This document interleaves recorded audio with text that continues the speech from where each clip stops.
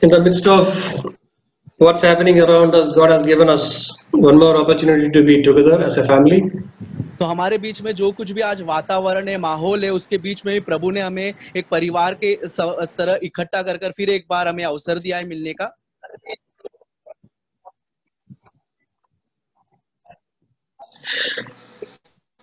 So one thought was coming to my mind today morning was that the righteous is bold as a lion. और मेरे मन में सुबह आज एक विचार आ रहा था कि एक धर्मी जन जैसे सिंह होता है उसके समान धाड़स रहता है उसके अंदर। So it's good to look into our life and see, are we bold as a lion in the midst of what is happening around us? तो ये बहुत अच्छी बात है हमें देखना कि जो कुछ भी हमारे आजू बाजू में आज परिस्थिति है उसमें हम एक सिंह के समान धाड़स रखते हैं या नहीं।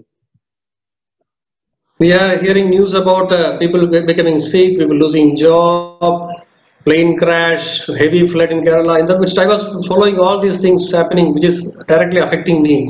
In the midst of all this, God was speaking to me, are you bold as a lion?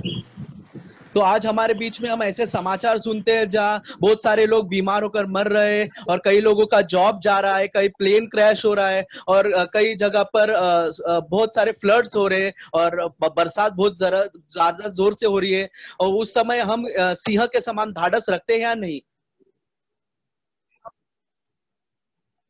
The good news is we can be bold as a lion. The lion is unaffected by what is happening around. और ये सुसमाचार ये है कि हम सिंह के समान धाड़स रख सकते हैं और सिंह को कोई फर्क नहीं पड़ता उसके आजू बाजू में क्या हो रहा है। The name of the Lord is a strong tower. The righteous will run into it and be safe.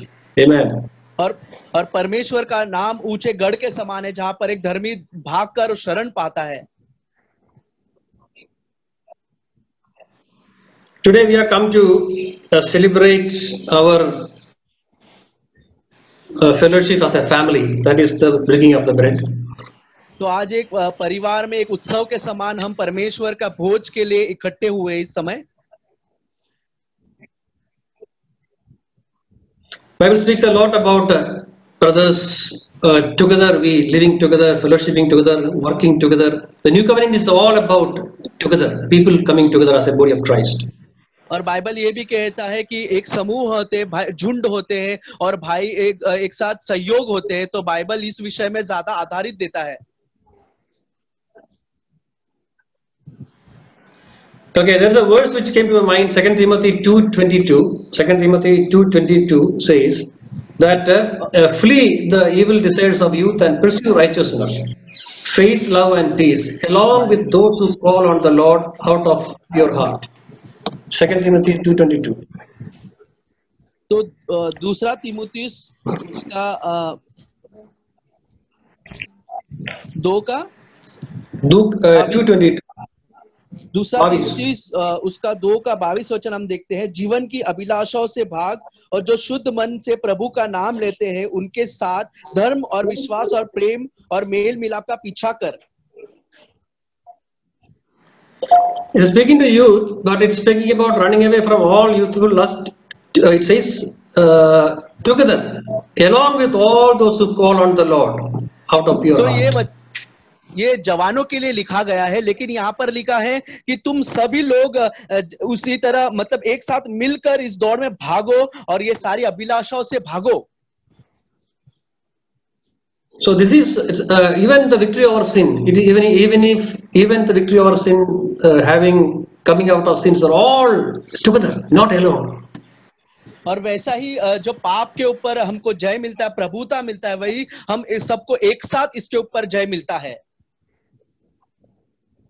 Ephesians 3:17 says, Ephesians 3:17 and 18, if you say, may have power together with all Lord's people together, to grasp how wide, long, high and deep the love of Christ is. That is Ephesians 3:18 says, we may have the power together with all Lord's people. Yeah. तो इफिसी अध्याय 3:18 में हम पढ़ सकते हैं, सब पवित्र लोगों के साथ भली भांति समझने की शक्ति पाओ और उसमें चौड़ाई और लंबाई और ऊंचाई और गहराई कितनी है। Together, we understand the love of Christ and the power of God, everything together with all saints. तो यहाँ पर ऐसा ही लिखा है कि परमेश्वर की प्यार और उसकी गहराई एक साथ मिलकर सहभागी होते हैं. See, God's covenant is an expression of His love.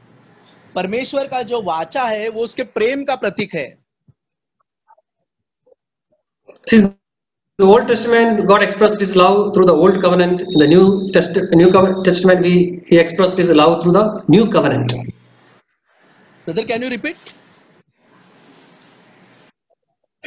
In the Old Testament, God expressed His love through the Old Covenant. And in the New Testament, He expressed His love through the New Covenant. और पुराने नियम में परमेश्वर ने अपना प्रेम पुराने रीति के हिसाब से बताया है, लेकिन नए नियम में उसने नए करार के तरह से हमें प्यार बताया है. So it says that to understand His covenant, also we'll understand it together. We cannot do it alone. तो ये यहाँ पे ऐसा भी लिखा है कि अगर उसके प्यार को समझने के लिए हम अकेले नहीं समझ सकते, उसके लिए हमारा एकजुट होना बहुत जरूरी है. The new covenant, since the new covenant is an expression of God's love, to understand new covenant, we have to understand it together. We cannot do it alone. नया करार समझने के लिए और परमेश्वर के प्रेम को नए करार में समझने के लिए हम अकेले नहीं कर सकते, उसमें हमें सहभागी होकर करना बहुत जरूरी है, तब हम समझ पाएंगे उसके प्रेम को. So, Bible always portrays church, the church as a family, where father, mother, brothers, sisters are all living together. तो परमेश्वर का वचन हमेशा जो कलीसिया है उसको एक परिवार के समान देखता है, जहां भाई बहन और पूरा परिवार एकजुट होकर रहते हैं. 1 Timothy 5 says, consider older men as fathers, younger men as brothers, older women as mothers, younger women as sisters. That means this is how we have to consider everybody in the church as a family, father, mother, brother, sister. तो पूरा पहले तिमुथी 5 में ऐसा लिखा है कि बुजुर्गों को अपने पिता के समान और जवानों को भाइयों के समान और स्त्रियों को बहनों के समान देखो. तो इसी रीति से हम एक दूसरे को देखकर एक परिवार के समान तरह रह सकते हैं.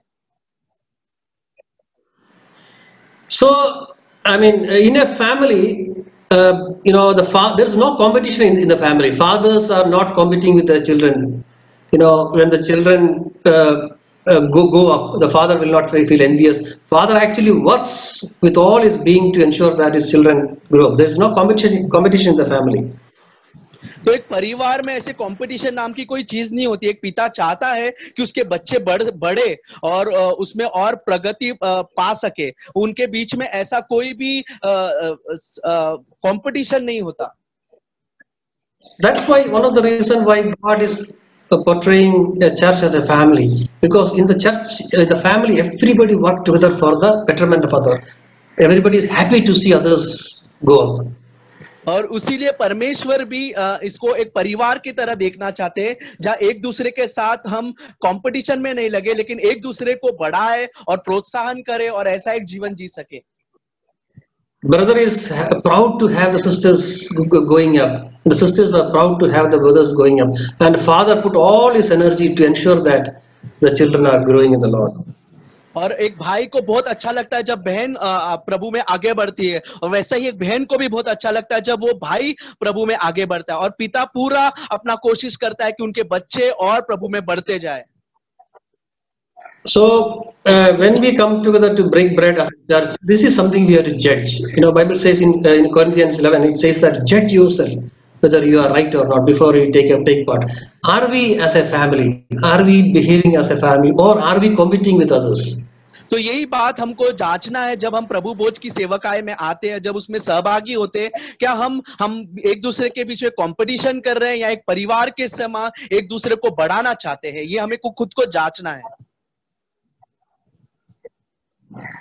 If there is any spirit of competition, any envy or any competition in our heart, it's for us to judge ourselves, repent of our sins, so that Christ will give us His Spirit, which will make us behave like a family. और अगर हमारे अंदर हम जांचने के बाद ऐसा कुछ पाते हैं जहां हम एक दूसरे के लिए अपने कंपटीशन का एक स्पिरिट हमारे अंदर है या दूसरे से जलते हैं, तो प्रभु से हम माफी मांगे, मन फिराए, तब परमेश्वर हमें ऐसी आत्मा देंगे जहां हम एक परिवार के समान एक दूसरे की प्रगति को देखकर खुश होंगे। This is how we understand the covenant, the details of the covenant God has with us. And also it says that in Hebrews that, do not neglect the meeting of the saints. और इसी तरह से हम प्रभु की इस सहभागिता में बढ़ सकते हैं और उसमें उन्नति पा सकते हैं। जैसे इब्रानी में लिखा है कि जो धर्मी लोग हैं उनके साथ रहने से तू अलग मत कर खुद को। That is in Hebrews 10:25 it says, not giving up meeting together as some are in the habit of doing, but encourage one another, as all the more as you see the day is approaching. That is Hebrews 10:25.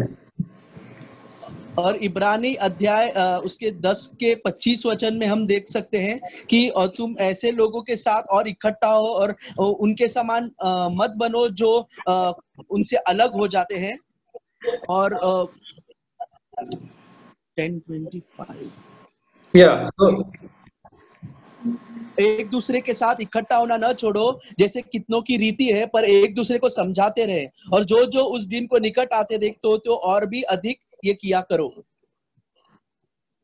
So that's how we should grow. This is the time for us to judge ourselves. Are we growing together? Are we going in love with each other? Are we growing as a family where we care for others more than competing with each other? यही समय है हमें खुद को जांचना कि हम प्रभु में बढ़ रहे हैं क्या, एक दूसरे के प्रति हमारे अंदर प्रेम है और भावनाएं हैं उनके प्रति, उनके दुख में सहभागी होना चाहते हैं, मेल मिलाप के साथ रहना, ये सब जांचने का यही अभी समय है। That is when we build a church which the gates of hell cannot prevail.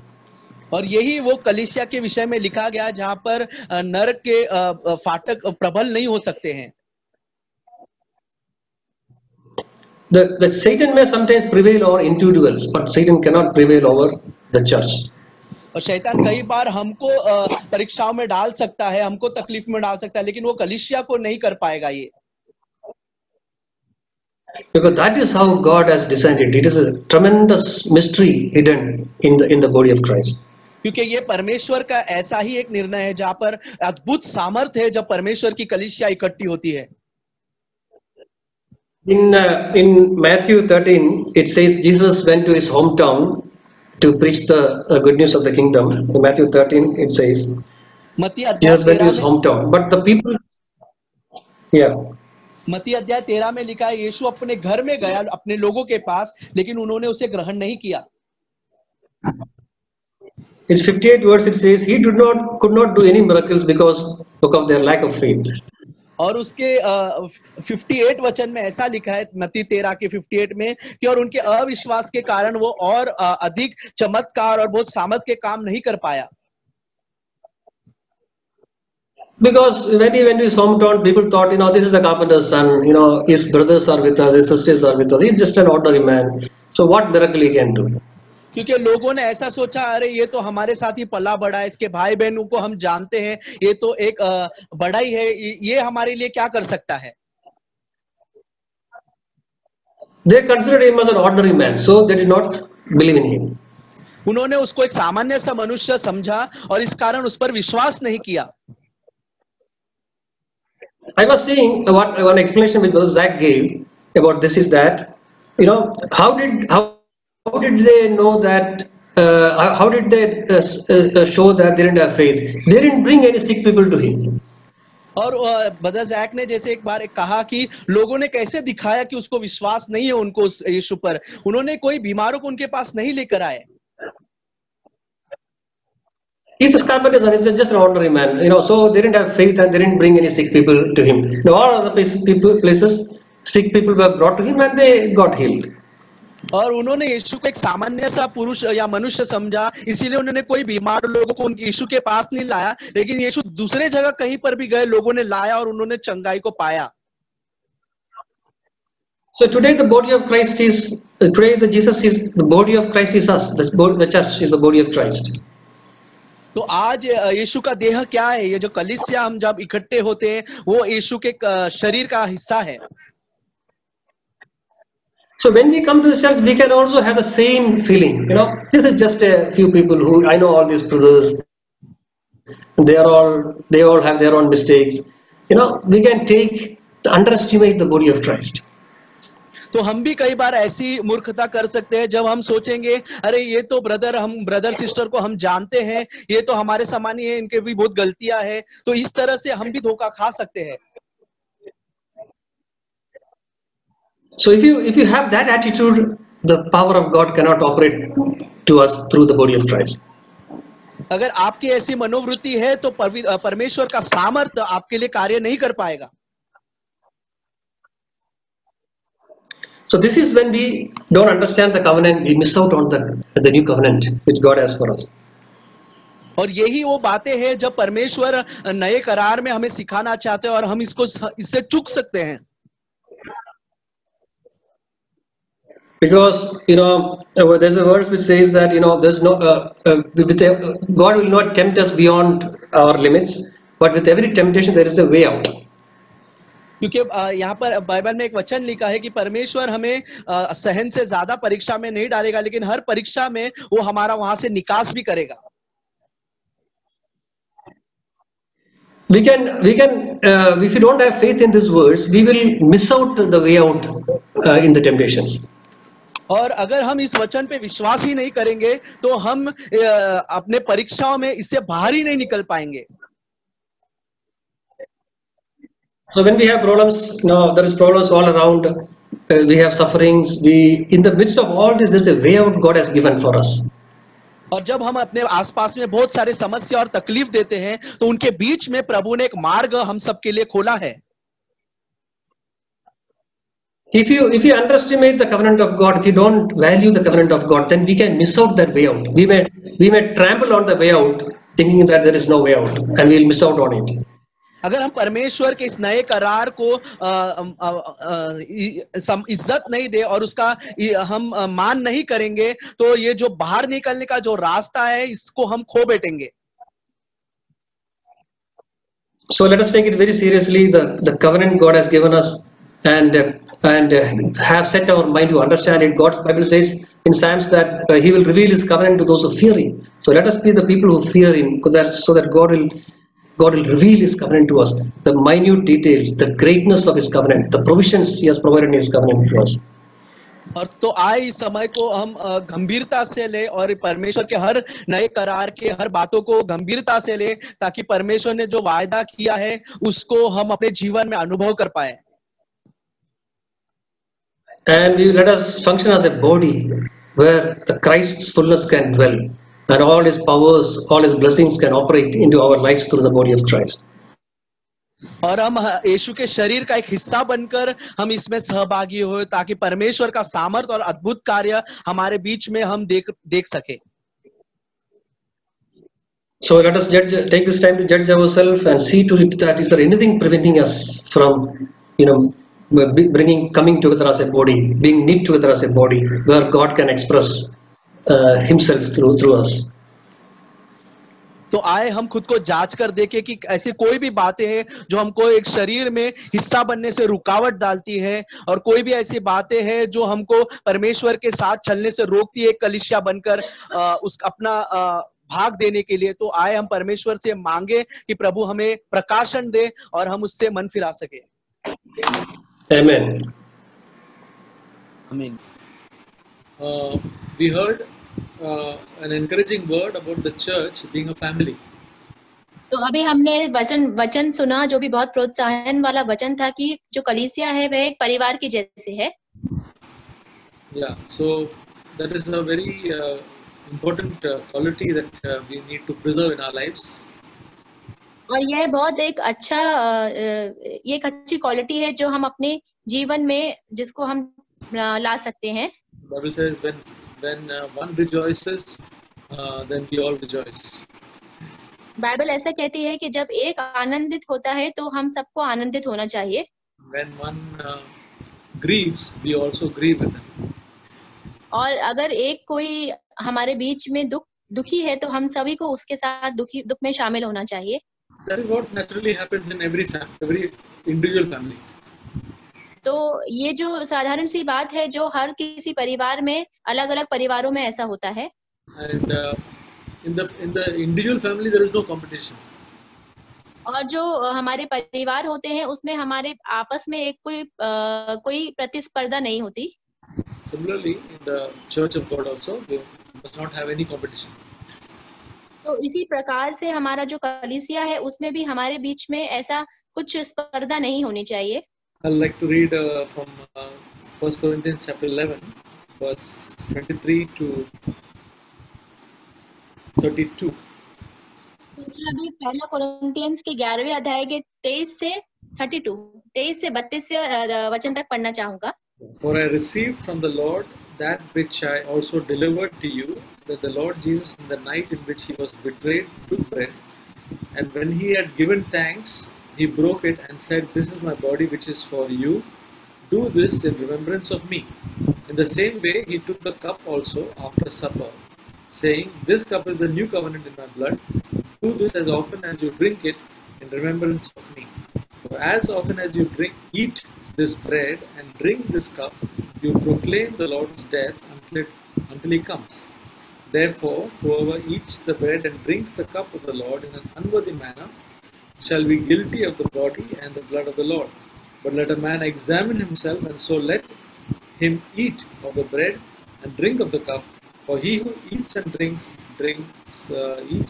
judgment to himself, if he does not judge the body rightly. For this reason, many among you are weak and sick, and number of sleep. But if we judge ourselves rightly, we should not be judged. But when we are judged, we are disciplined by the Lord, in order that we may not be condemned along with the world. Sister, can you read that? Yeah. क्योंकि यह बात मुझे प्रभु से पहुंची और मैंने तुम्हें भी पहुंचा दी कि प्रभु यीशु ने जिस रात वह पकड़वाया गया रोटी ली और धन्यवाद करके उसे तोड़ी और कहा कि यह मेरी देह है जो तुम्हारे लिए है, मेरे स्मरण में के लिए यही किया करो। इसी रीति से उसने बियारी के पीछे कटोरा भी लिया और कहा, यह कटोरा मेरे लहू में नई वाचा है, जब कभी पियो तो मेरे स्मरण के लिए यही किया करो। क्योंकि जब कभी तुम यह रोटी खाते और इस कटोरे में से पीते हो तो प्रभु की मृत्यु को जब तक वह न आए प्रचार करते हो। इसीलिए जो कोई अनुचित रीति से प्रभु की रोटी खाए या उसके कटोरे में से पिए, वह प्रभु की देह और लहू का अपराधी ठहरेगा। इसीलिए मनुष्य अपने आप को जांच ले और इसी रीति से इस रोटी में से खाए और इस कटोरे में से पिए।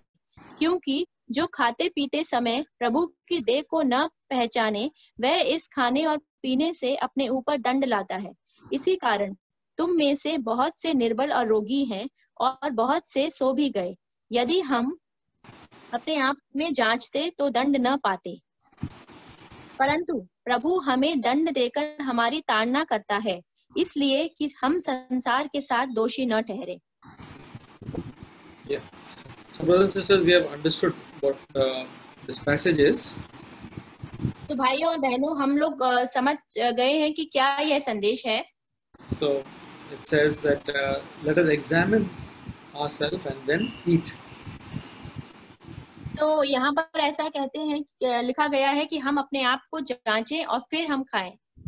So that is the seriousness of this part of the breaking of bread. और यह इतनी गंभीरता है, इस गंभीरता वाली बात है इस प्रभु के भोज की। That is, if we are living in some sin and if we are harboring enmity towards one another, or unforgiveness, or something which we know is wrong, and then we partake, it's not the right thing. तो अगर हम किसी पाप में जी रहे हैं या हमारे हृदय में किसी के प्रति ईर्ष्या है या कड़वाहट है और फिर भी हम इसमें भाग ले रहे हैं, तो यह एक सही बात नहीं है। But if we have confessed our sin to God and asked His forgiveness, whatever the sin is, we can still partake. But if we have confessed and we don't want to do it, लेकिन अगर हमने अपने पापों को प्रभु के सामने बताकर उससे माफी मांगी है और मन फिराया है, तब हम इसमें भाग लें तो यह गलत बात नहीं होगी। So, the ones who are going to partake of this, even though we are all in different homes, is the ones who are born again, who are baptized in water, and who are walking in fellowship with the Lord. They all can partake. तो जो भी अपने अपने घरों में इस प्रभु भोज में भाग ले रहे हैं, वह सब अलग अलग घरों में प्रभु में बपतिस्मा लिए होने चाहिए और वह प्रभु के साथ एक सही रीति से चाल चलने वाले लोग होने चाहिए, तभी वह भाग ले। So this is a blessing, and it's called a celebration also. That is a blessing and celebration part of the breaking of bread. तो यह एक आशीष और एक आनंद मनाने वाला जो उत्सव के जैसे है प्रभु की भोज में भाग लेना।